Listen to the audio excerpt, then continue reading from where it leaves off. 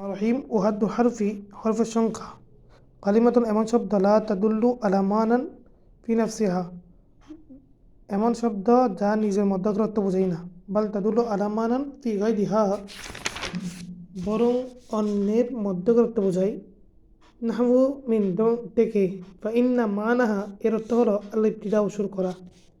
ওয়াহিয়া আর তা লা তাদুল্লু আলাইহি মিনটি বোঝাবে না ইল্লা বাদা জিক্রি উল্লেখ করার পরে মা মিনহু যা থেকে ইবতিদাউ শুরু কাল বাসরতি ওয়াল কুফাতি যেমন বাসর ওয়াল কুফা বাসর উদাহরণস্বরূপ তাকুর তুমি বলতে পারো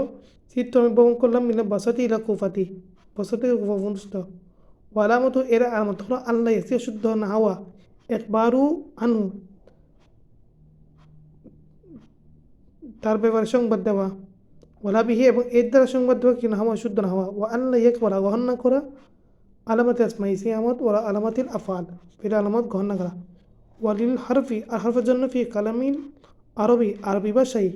ফওয়াইদুন অনেক উপকারিতা রয়েছে কার্রাবতি এবং যেমন সংযোগ স্থাপন করা বাইনাল ইসমাইন বি ইসমের মাঝে জাহিদুন ফির দারি ও ফেরাইনি বা দুই ফিরের মাঝে সংযোগ স্থাপন করা উরিদু আমি চাই আন্তা দিবে তোমাকে বহার করতে চাই ও ইসমে ওয়াফের একটি ফের বা একটি ইসিম কাদারবতু বিল খাসবাতি আমি বহার করেছি বিল খাসবি লাকড়ি দ্বারা আউ জুমলাতানি বা দুই জুমলা আছে নাহানো ইন যা আনি জাইদুন যদি আমার নিকট আসে আকরাম তো আমি তাকে সম্মান করবো ও গাই জারেকা অনুভব অন্যান্য মিনাল ফওয়াইদি অনেক উপকারিতা আল্লাহ থেকে তারিফ যা তুমি জানতে পারবে ফি কিসমি সার তৃতীয় অধ্যায় ইনশাআল্লাহ তাআলা ঐসম্মা হারফান একে হরফ হিসেবে নামকরণ করা হয়েছে লিউকুবিহি তার স্থান ফি কালামি ভাষায় হরফান তারফান এক ফন্ত ইসলাহিস্তা মকসুদান এটা মুখ্য উদ্দেশ্য নয়